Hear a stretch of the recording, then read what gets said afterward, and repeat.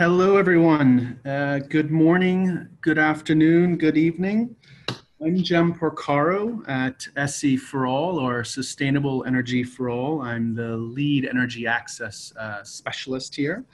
And it's my distinct pleasure to welcome you all to today's webinar discussion around our recently launched report, Lasting Impact, Sustainable Off-Grid Solar Delivery Models to Power Health and Education.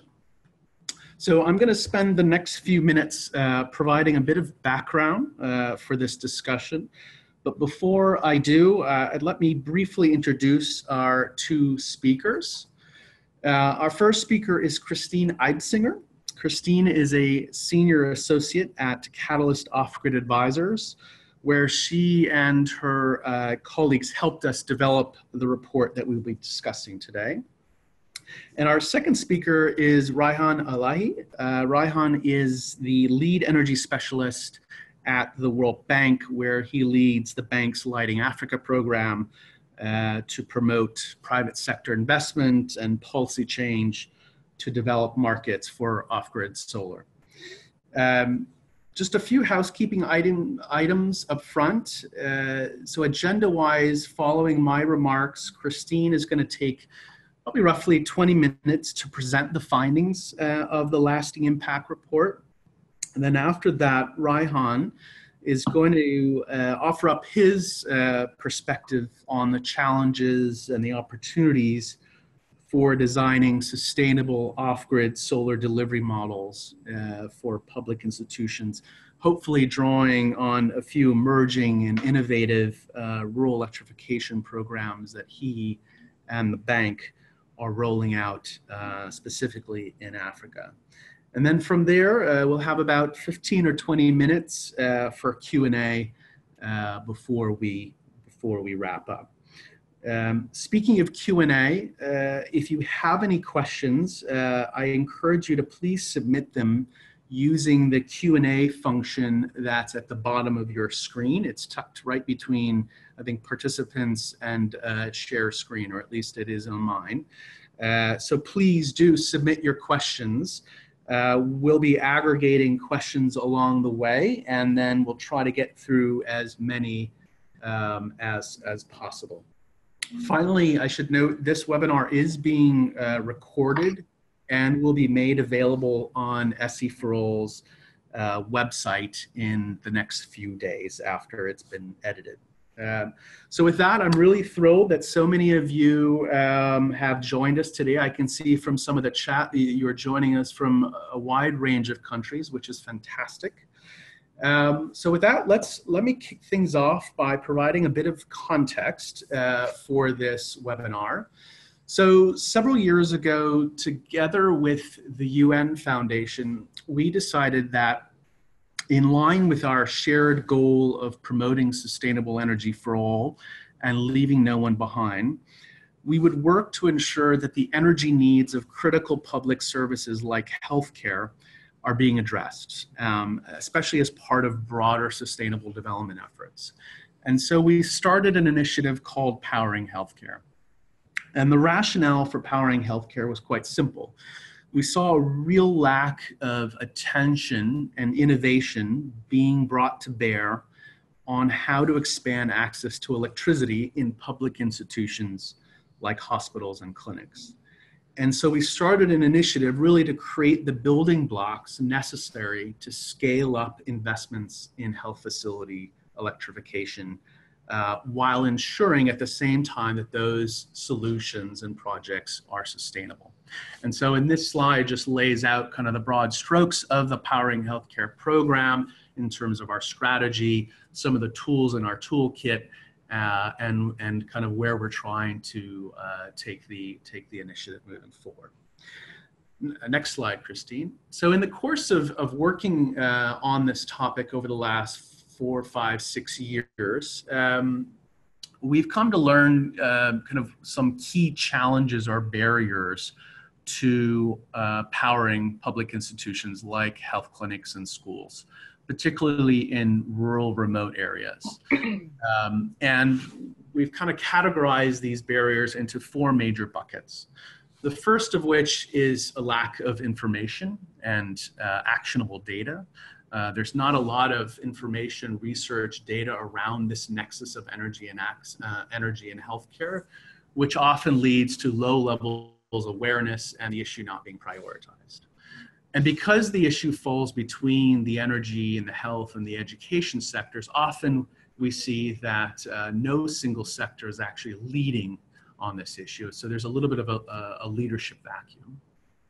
We also recognize that while off-grid solutions can be the least cost solution over a lifetime, or over the lifetime of a solution, the capital costs associated with such solutions can be prohibitively expensive in some occasions. But obviously do have multiple benefits over incumbent solutions like diesel gen sets, kerosene lamps, et cetera, et cetera. But one of the most perhaps reoccurring challenges and barriers that we come across is this issue of sustainability. The issue of how to sustain the operation of off-grid solutions, particularly PV systems at community facilities, especially in those resource-constrained environments, rural, remote areas, again, in sub-Saharan Africa and South Asia. And in fact, as this next slide shows, over the last 4 or 5 years, and over the course of visiting many, many health facilities, in fact, we've audited probably close to 300-400 rural health facilities across Africa, we found that there's kind of the track record of off-grid solar in public institutions is quite mixed. And in many circumstances, you can find multiple off-grid solutions at a particular health facility, but only a fraction of those systems are actually functioning. And so here you can see a little bit of a sample of some countries where we have conducted energy audits. And the blue bars show the average kilowatt peak installed at each health facilities. These are averages. The yellow circles show the average number of systems per facility. So in a country like Malawi, our audit showed that about, on average, a health facility would have close to 5 to 6 different off-grid solar systems.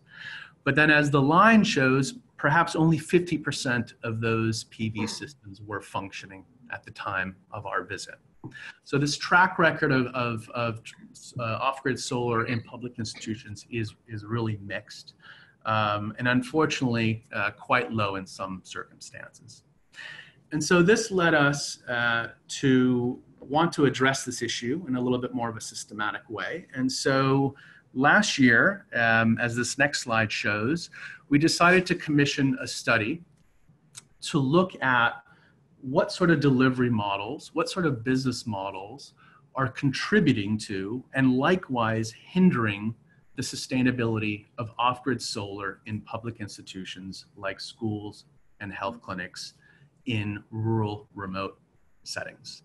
And we did this really to help both the public, the private, and the philanthropic stakeholders design more sustainable off-grid public facility electrification projects, and hopefully to encourage some innovation in the way these off-grid PV solutions are designed for and delivered to public facilities. And then last but not least, also to kind of recommend some areas for further research.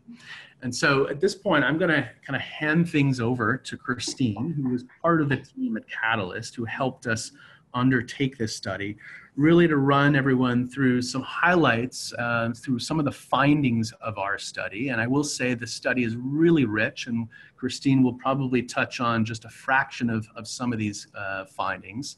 But we'll have an opportunity to discuss more in the next 50 minutes or so. So I'm going to hand things over to Christine. Christine, you have the next 20 minutes or so to kind of run through the key findings. Great. Thank you so much, Jem, and good morning, everyone. It's really a pleasure to be here representing Catalyst Off-Grid Advisors and introducing you to this lasting impact report. Jem gave a really good introduction to the context of the report, and it is a very rich and robust analysis of different approaches to delivering off-grid solutions in public facilities. My comments will only touch the surface of the analysis and its discussion of these approaches. So while I hope this presentation is quite informative to you, I strongly encourage and hope that you'll have the time to dig into the report itself. Okay, so lasting impact. What we were really looking at is what is the processes and the approaches to get to sustainability and scale. And you'll note here, we've added a little bit of tension between the two. In some instances, we found it was sustainability versus scale. They should be mutually reinforcing, and we hope following the digestion of this report and the discussions that follow that they will be. However, what we found was that getting more off-grid solar systems in public facilities sometimes appeared to be the objective over the lasting impact and sustainability of the systems. This is driven perhaps by election cycles or donor grant periods, but we found that short-term numbers beat out long-term functioning. And the insights we found should offer pathways by which this tension can be overcome. Our analysis was guided by these core 4 questions. What are the critical decisions made at each stage of a project's life cycle that most significantly drive project sustainability? What are the drivers of the decisions?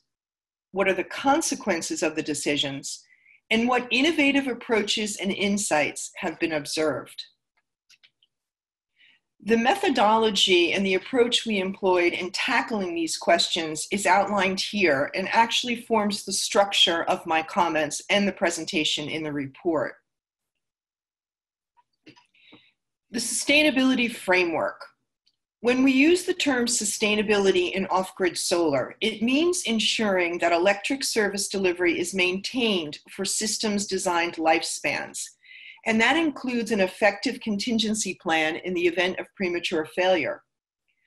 While other factors contribute to sustainability, our analysis focused on 3 pillars deemed most critical to sustainability: organizational, technical, and economic. Within each pillar, we analyzed the delivery models across the traditional project lifecycle: inception, design, build, and operations and maintenance, or O&M. Through this lens, we dwelled on identifying key insights into sustainability. While this was our focus, it's clear that the pillars are interrelated. Going into the analysis, we were looking at how off-grid solar projects at public facilities are traditionally characterized by the extent of their delivery model, or the extent of influence from the public and private sector. The models driven by the public sector deliver social services through government agencies that lead the project from inception to O&M. The public sector administers funding, but financing might come from public budgets, loans from multilateral development banks, or grants from foreign development partners. The model driven by the private sector is noted for delivering service through a profit-seeking enterprise. Our review showed that there were few pure public or private models, as few governments have the capacity to complete all requisite activities, and private investors are generally unwilling to undertake all phases of the project life cycle without guaranteed regular payments for energy services, something most public facilities are not in a position to do. Not surprising to many on this webinar, we found a third model, the philanthropic model. In this model, charitable foundations, high net worth individuals, and bilateral or multilateral organizations provide grants or donations to achieve a desired impact. Philanthropy generally works through a third party, such as a civil society organization, to achieve defined health and other development objectives. The Karuna Trust, a 2019 Ashton Award winner, presents an example of a delivery model that encompasses the public, private, and philanthropic models. In advancing the research, we looked at 7 retrospective models, a number that are large scale and are prominent initiatives, often with development partners serving as key stakeholders. We sought to cover a variety of geographies, sizes of electrification programs, and approaches to achieving the same goal. Some of the programs have concluded, while others are still in the early stages of implementation, and some are actually being designed for replication. We also looked at 2 emerging cases in Kenya and in West Africa. For the emerging models, our objective was to identify key opportunities and recommendations as these projects move through inception and design, leaning on the sustainability framework and key insights.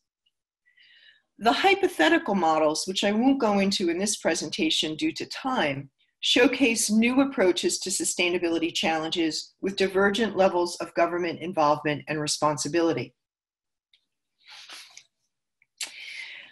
I'm showing here just a few of the 3 of the selected case studies, and I wanted to give you a snapshot of how we've summarized them.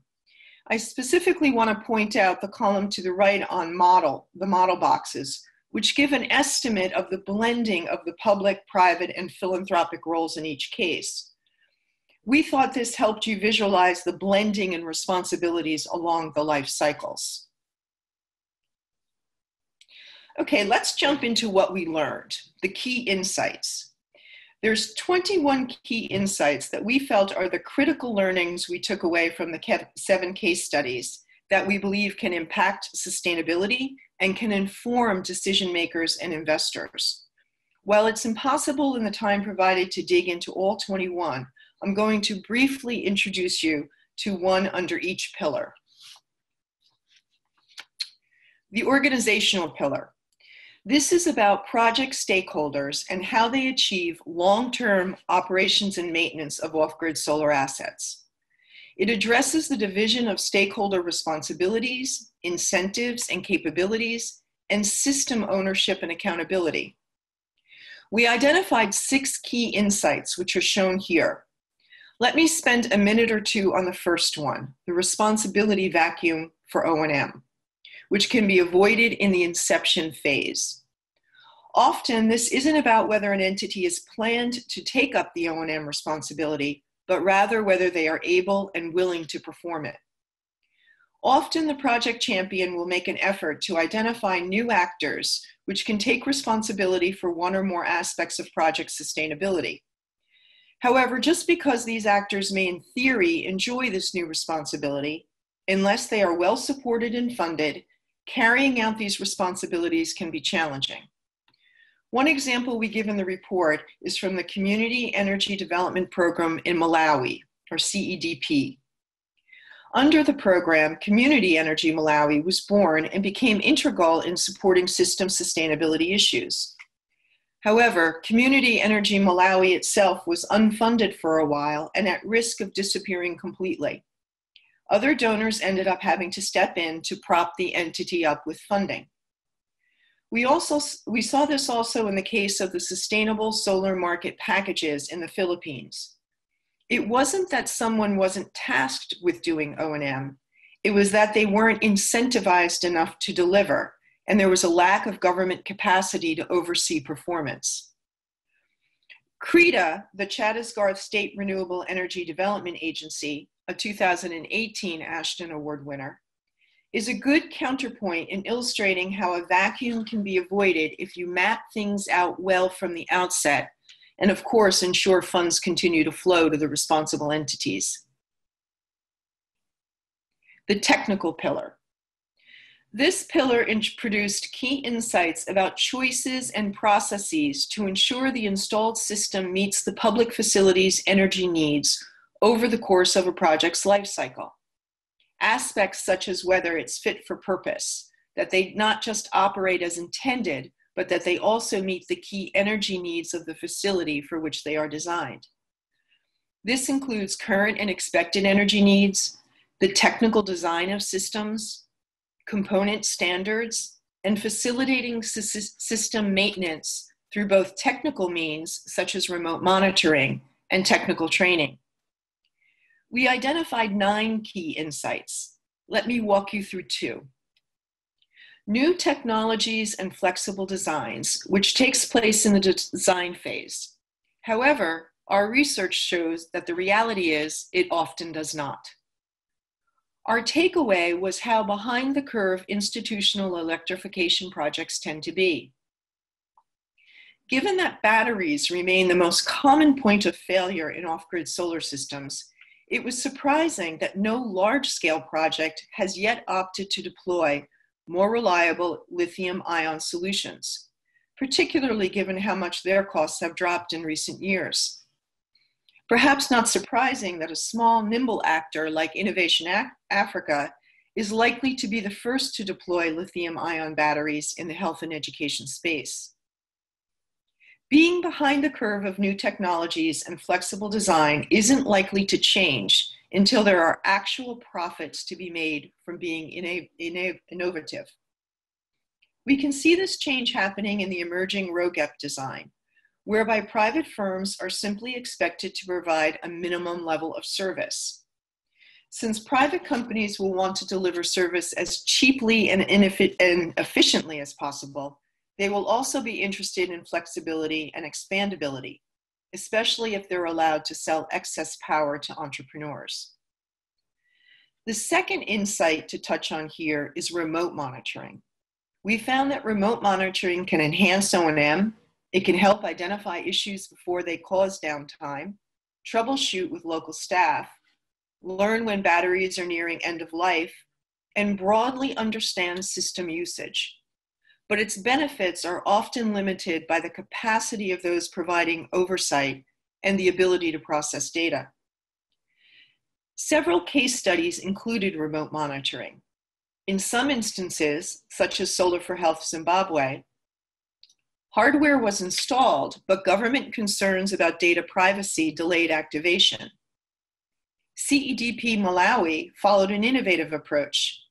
A university developed a custom local wireless protocol that enabled multiple connected sites to aggregate system usage data at a single GSM-enabled hub. However, because CEDP did not set aside funds to cover long-term mobile connectivity costs, real-time system data access was lost. The economic pillar. This pillar examines financing for installation, operation, and maintenance of installed systems, allowing them to remain fully functional over asset lifetime.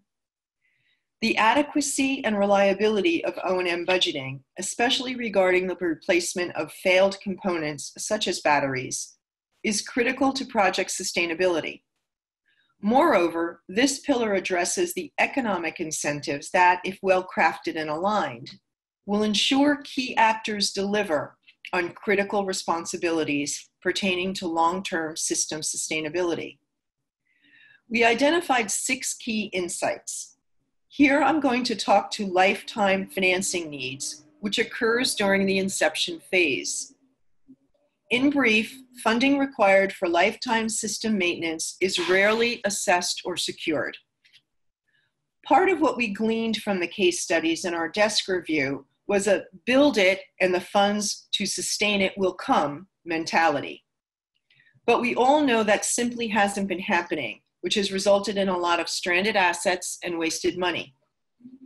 In procurement, there is plenty of emphasis on dollar per watt and other such metrics. But what about dollar per watt per year? Where's the temporal optimization? In our case studies, there were situations where an O&M budget was included, but it neglected component replacement. Another where the sustainability aspects, including maintenance and component replacement, were left to be worked out at a later date.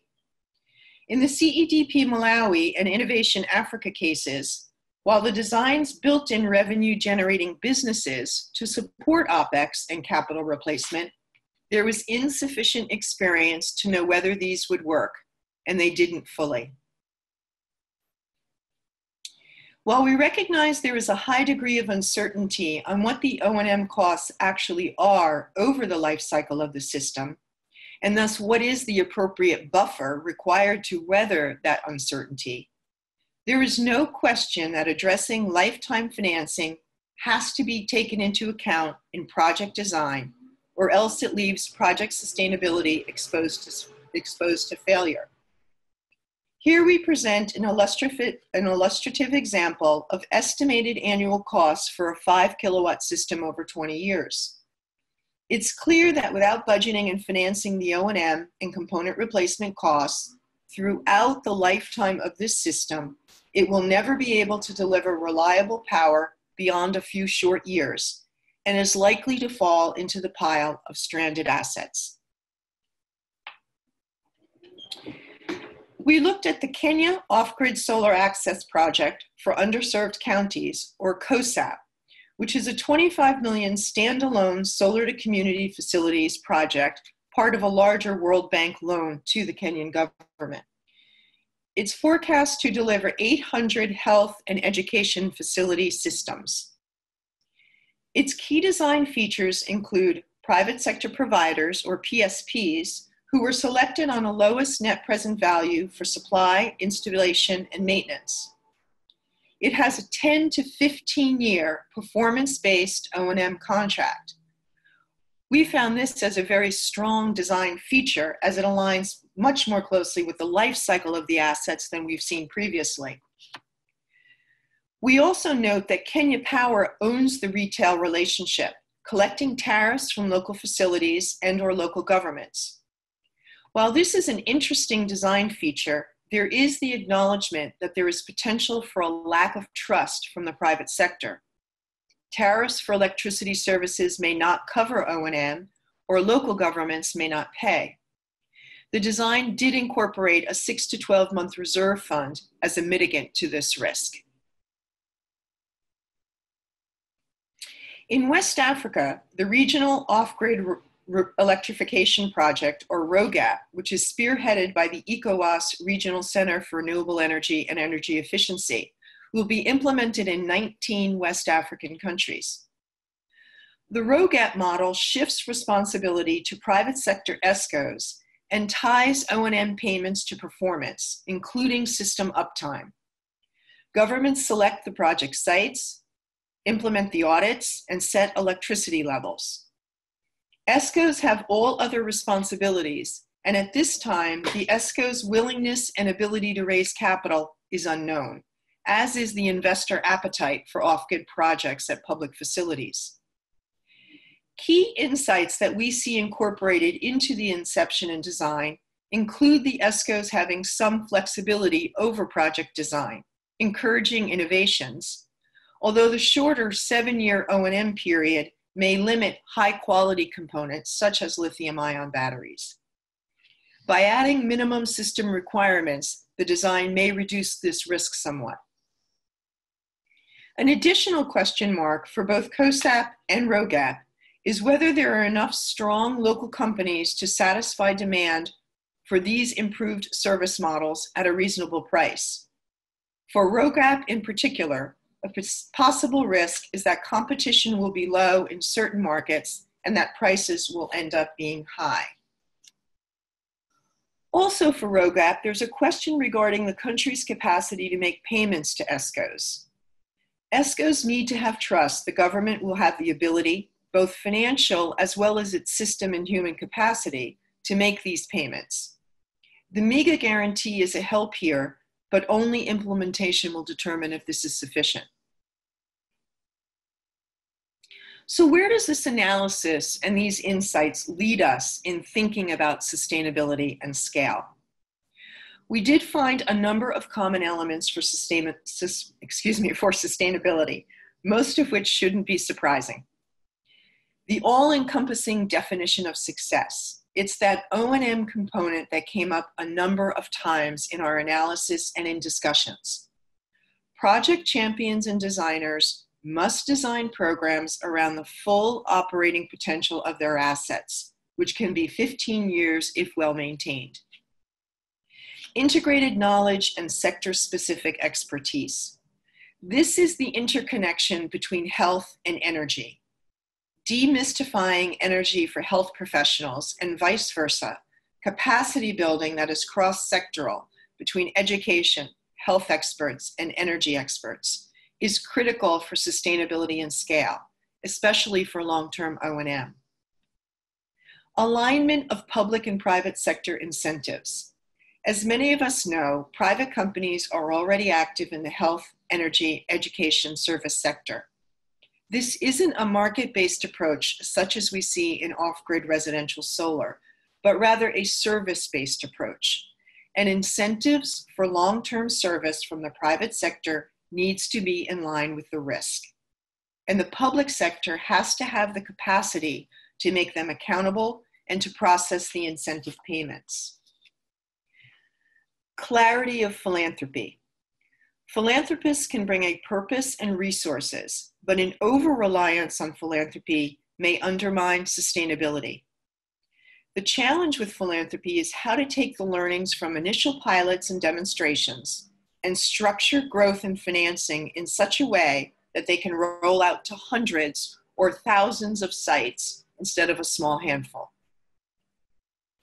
Energy is a core element in facility planning. We all know that and say, but of course. However, bridges need to be built among health, education, and energy ministries, and with energy service providers. We can't wait to bring in the experts from SDG 3, SDG 4, and SDG 7. Technical and quality standards would enhance facility design and facilitate this cross-sectoral need. The ability and willingness to pay for electricity. Counting on ancillary revenue from electricity sales is risky. Health and education facilities don't naturally have the micro-enterprise skills to support new income generation activities. And assuming facilities will pay for electricity services or O&M is risky. Ring fencing funding from government budgets may prove most reliable, though those budget lines could be at risk to be diverted. Clearly, this has to be addressed for lasting impact. What did these common elements lead us to conclude on what's needed to scale?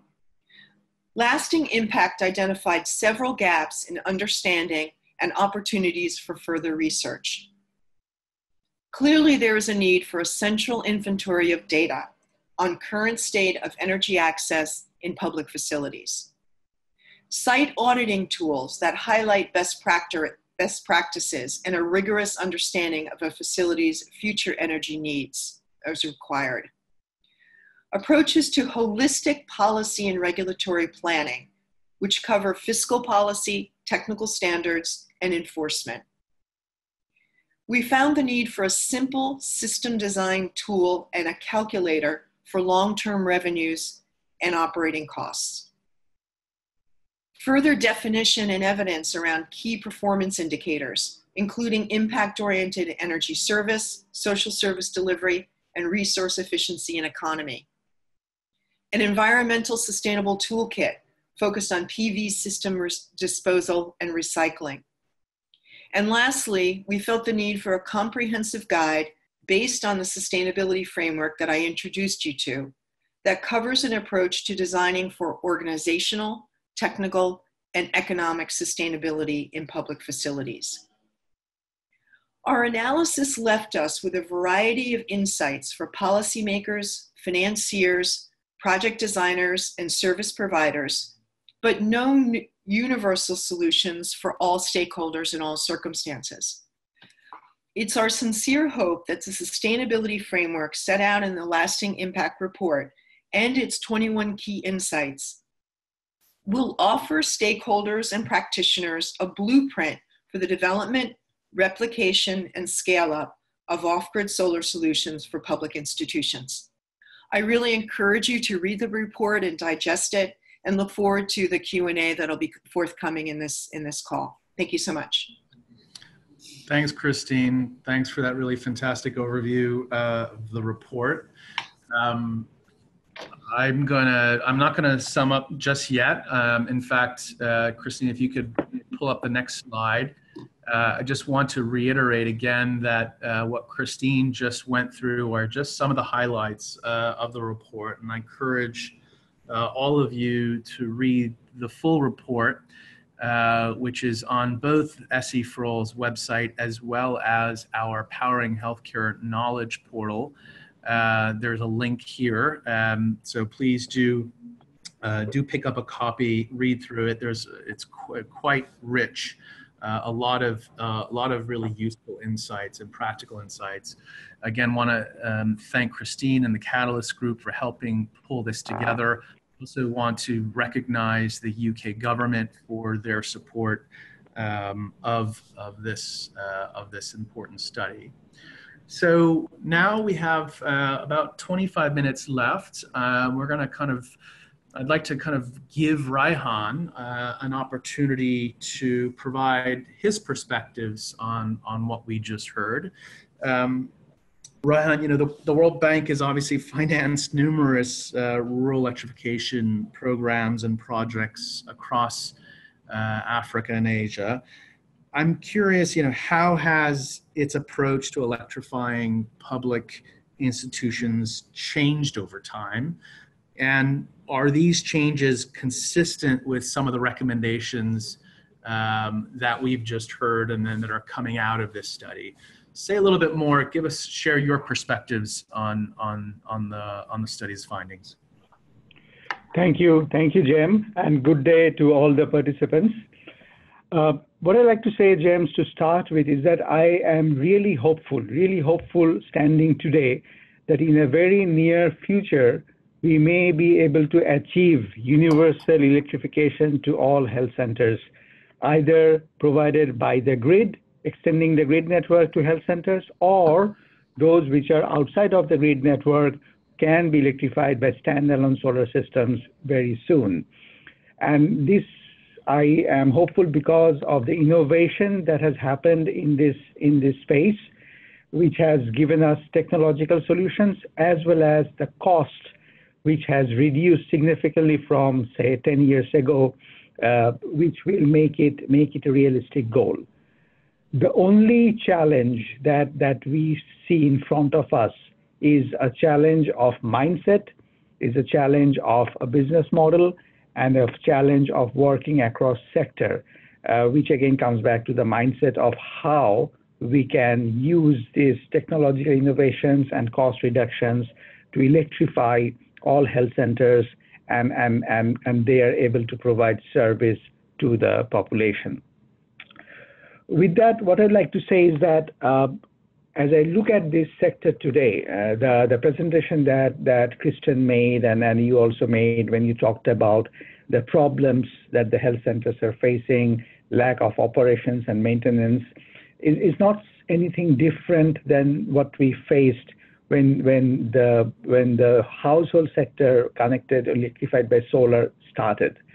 We saw that there was a lack of focus at the very beginning on quality assurance, because as Christine also said, there is a tension between sustainability and scale.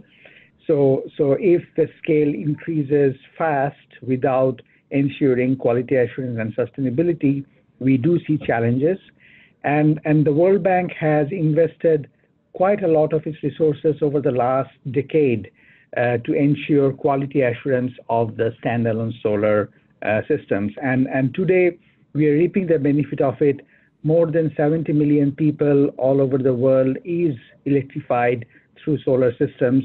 And we have also seen countries like Kenya, Uganda, Rwanda, Tanzania, Bangladesh, India, where by adopting electrification through standalone solar systems, they were able to achieve a very higher access rate. So I am very hopeful that the same thing will happen and will be translated in the healthcare centers.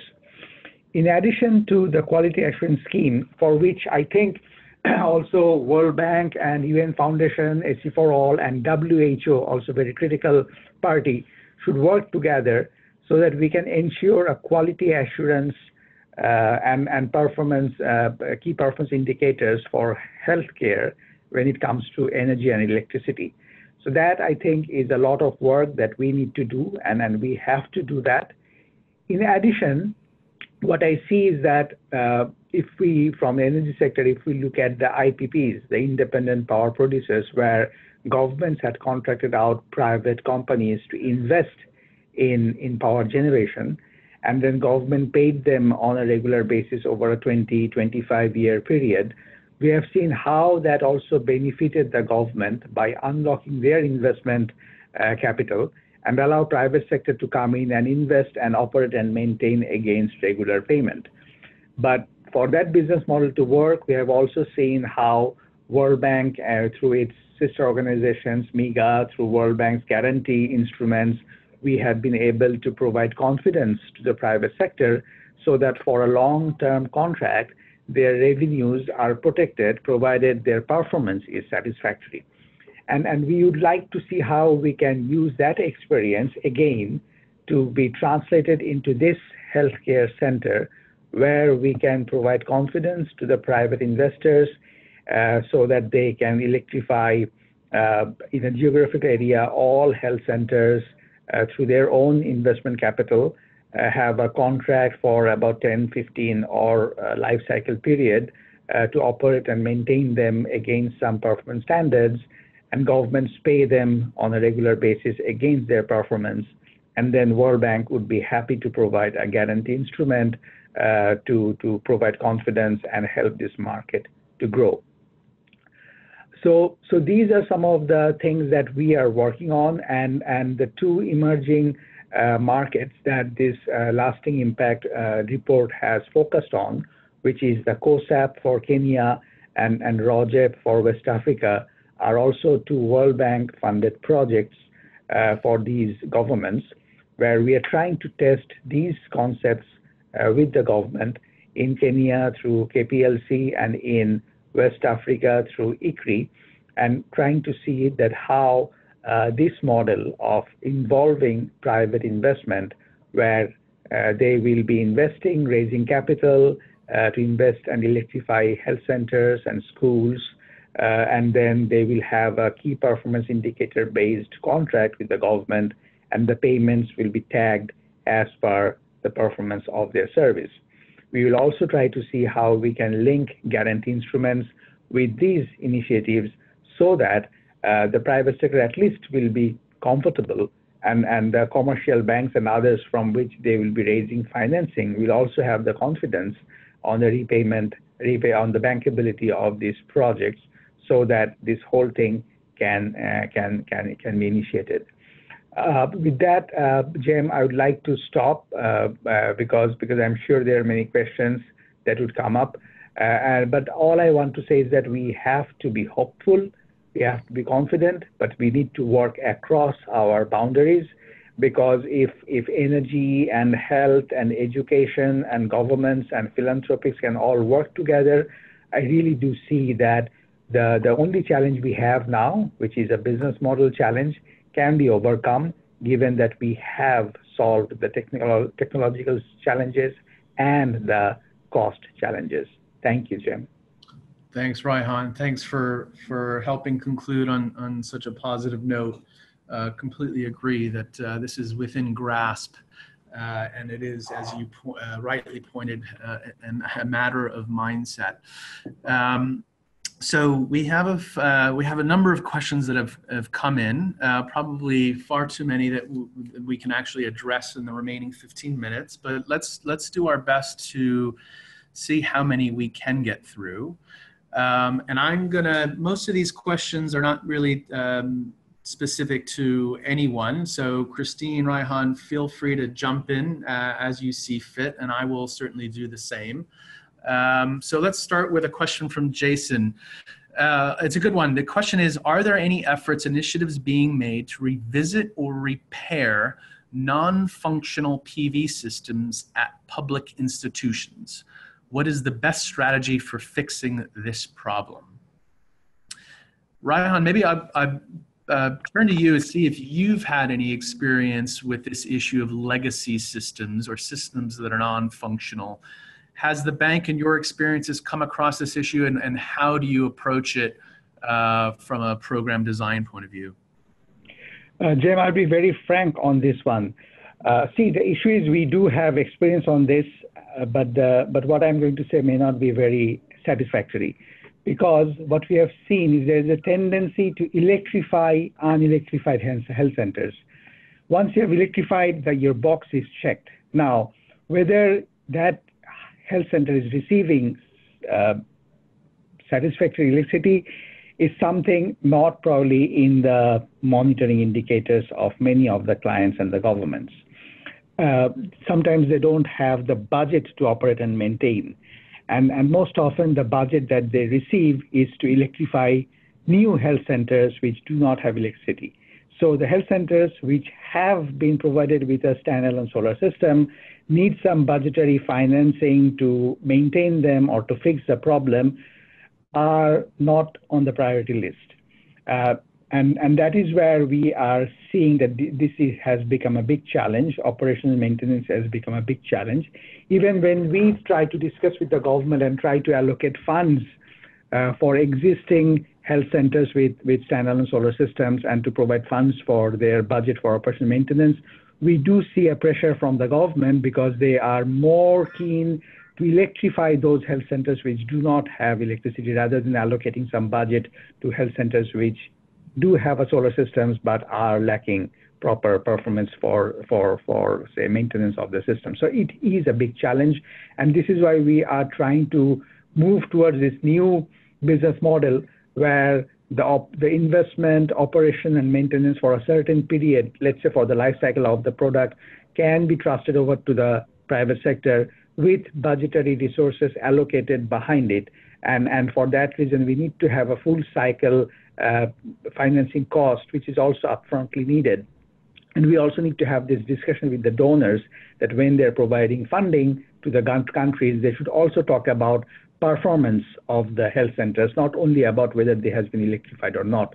Performance, whether they have 24/7 electricity, whether they have efficient appliances, all are critical, and we have to bring it in the discussion, in the dialogue. Thanks, Raihan. And I completely agree with you. In our experience, I think there is a bit of a risk to deem an existing off-grid solar system that may not be functional as one that can't be revived, and this often leads to these multiple systems that you find in a health system, where in fact it might be as simple fix, as fixing a light bulb or a little bit of wiring. And so I think, as Raihan mentioned, at SE for All with our partners, we hope to be over the next coming months and years to be commissioning some more technical standards and guidance to project designers in how to evaluate situations like that, where you might come across a non-functional PV system and what to do about it. Let me move on in the interest of time. Raihan, I'm going to stick with you. Another question that's probably specific to the bank. Patrick is asking, when do you anticipate that the World Bank Quality Assurance Framework for Public Facility Systems will be available?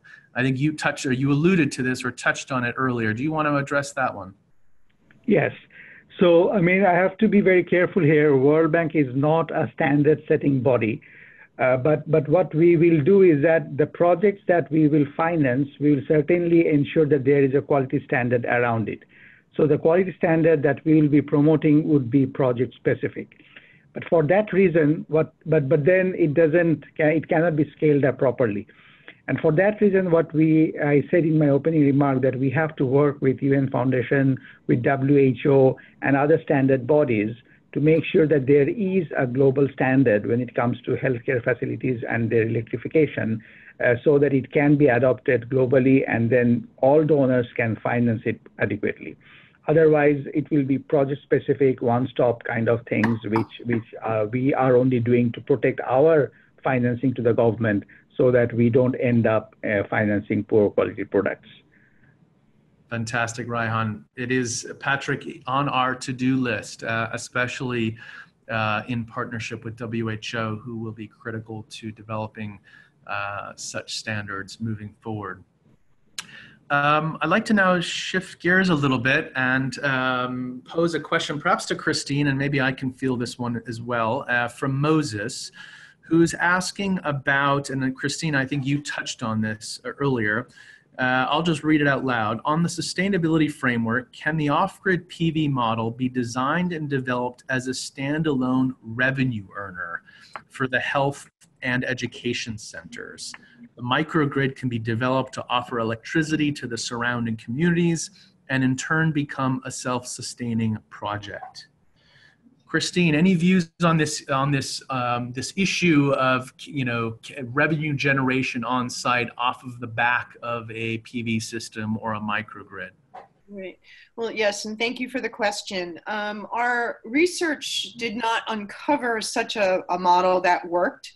As I mentioned in my comments, what we found is that the model was designed for the health clinic, and then it was expected that the health clinic would then have the ability to create revenues. So it really goes to the comment of the business model and the champion of that approach. Who is the developer? If the developer is the health center, you need to ensure that they're enabled with the resources and the experience and skills to be a microgrid energy company. It's not natural in what a health facility does. So I think part of it is how is it designed? Who is managing it and ensuring the functioning of the microgrid? I think conceptually, if you think about a health clinic or clinics and schools as anchor tenants in the microgrid model, that's something that's feasible to think about. But it actually then becomes who is the operator. And our research showed that if you're looking to the health clinic to be the operator, that is a significant disconnect to sustainability. Thanks, Christine. And I would just add, Moses, we at the UN Foundation and SE for All actually did an in-depth evaluation of this specific opportunity in Uganda and Ghana, where through a demonstration project, we had solarized about 62 health facilities across both countries with rather robust holistic PV systems, on average about 3, 4, 5 kilowatts per site, really for the purposes of better understanding whether or not we could generate revenue on site that could be used to help operate and maintain the systems. And pretty complex evaluation, but the simple takeaway was that there was no wholesale solution. In some circumstances, that kind of enterprise-driven revenue generation model might work, but it seemed like a very ad hoc piecemeal approach where we were looking for a bit more of a wholesale approach that could be scaled and replicated across tens, if not hundreds, of health facilities. So just wanted to offer that up as well. And I would also just mention that on this issue of using health clinics and schools as anchor clients, that's also something that has come up quite a bit. Personally, I think you have to be quite careful, especially as you're thinking about very rural and remote health facilities and schools. They still don't use a tremendous amount of power. So I'm not quite sure they would be comparable to some of the bigger energy users like agricultural users. And so you do have to be quite careful about kind of thinking of them as an anchor client, but they could certainly be an off-taker in a micro or mini grid setting. And in fact, I think UNOPS and the UK government are trying to test that model in Sierra Leone. So that's worth looking at. I'm looking at the clock. We have about 6 minutes left. I'm going to perhaps pose one more question. And I'm jumping around. A question from Asif. Are there any precedents in Africa or anywhere else in World Bank or UN finance off-grid solar system projects using remote monitoring? If yes, then what is its success and learning outcome? Christine, I think you mentioned briefly that in your kind of work researching this study that you did not come across remote monitoring all that much. Can you say a little bit more about that? Yeah, and Rehan may be able to address this because it is a strong feature in the ROGAP project. We did come across a couple of projects that had remote monitoring, and while that was from a technical viewpoint integrated into the design and into the technical specs, what we found is that the actual longer term use of the remote monitoring was not as functional as the design would have hoped it was. And this was, as I mentioned, for the issues in Zimbabwe around the government's concern about data privacy, around issues of actually ensuring that there was connectivity to get the data. And we also discovered that and I believe it was in the case of the Philippines, where there was some data coming in from remote monitoring, there hadn't been the analytical framework built to actually assess what that data was saying and telling the sponsors and how to respond to it.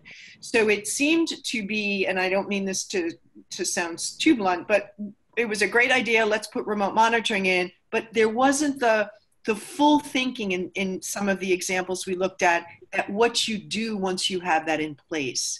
So again, looking at it holistically and thinking longer term about funding, building the capacity. I saw a question about capacity building, and that, well, while I didn't go into that in the presentation, the issue of capacity building within the energy service providers, as well as within the facilities themselves, was a very significant finding, that the investments in that capacity building was key. That relates to remote monitoring. If you get the data, what are you going to do with it? Christine, I think that's Jim, I may also come in for that question. I mean, in Uganda, World Bank had been financing a series of projects called Energy for Rural Transformation. Now we are running the third phase. And under this project, we have electrified thousands of schools and health centers using standalone solar system. Remote monitoring has not been used there because it's a very new technological innovation coming into the solar space. So we are right now working with the government of Uganda to see how we can introduce remote monitoring into their next phase of procurement of solar systems for electrifying schools and health centers. As Christina said, it is not to add a feature, but it requires government's own capacity building, how to monitor them. The whole contracting would be different. So it needs a lot of preparatory work, which we are in the process of discussion with the government of Uganda right now. In addition, under the Wrapup project, we are in discussion with the government of Nigeria and government of Niger, where we are also trying to start up this initiative in these two countries of electrifying public institutions, where we are also going to include remote monitoring.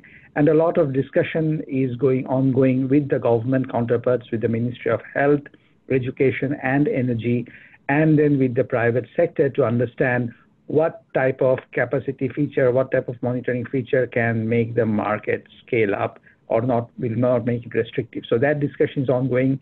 We're expecting by the end of this year, we will have bid documents issued by the governments out in the market, which will have the remote monitoring feature to electrify health centers and schools under World Bank funded projects. Thanks, Ryan. And I will just add that I think it's a really good question. And in fact, the project that I mentioned earlier that the UN Foundation undertook in Uganda and Ghana actually did implement remote monitoring across all 62 health facilities. And certainly some interesting learnings from that. As if I would encourage anyone who's interested in learning more to reach out to me. I can connect you with my colleague who were responsible for that. But I think the important point there was that the UN Foundation invested quite heavily in institutional capacity building to manage that remote monitoring system over time. And that kind of goes to Christine's earlier point around, you really need to pay attention to the soft costs. You can't just focus on the CapEx associated with putting kit in health facilities and walking away, even if you are taking more of a service private sector model or a PPP model. So, ladies and gentlemen, I think we are nearing the hour and I'm going to need to wrap up. There were many other great questions that we weren't able to get to, but hopefully we'll be able to address those offline. I'd like to kind of, there was a lot that we covered today. And again, I encourage all of you to kind of look at the report, but to sum things up, I think really, if there's one thing to take away from this webinar and this discussion is to kind of use Christine's earlier framing. We really need to kind of redefine what success looks like when it comes to electrifying public institutions and shift away from this short-sighted kind of mindset around funding CapEx and thinking more long-term, aligned with the life cycle of these solutions, whether it be 10, 15, 20 years, and think about performance and O&M really from the very beginning. And I think as Raihan rightly pointed, this is a mindset issue. We are no longer grappling with technical issues per se. We do, through innovations and reductions in costs, we do have the technologies available to us. This is about structuring the appropriate delivery models and business models. So I hope that gave you all some food for thought. Let me thank again our speakers, Christine, for presenting the results and summing up the results, and to Catalyst for again helping the UN Foundation and SE for All put together this study.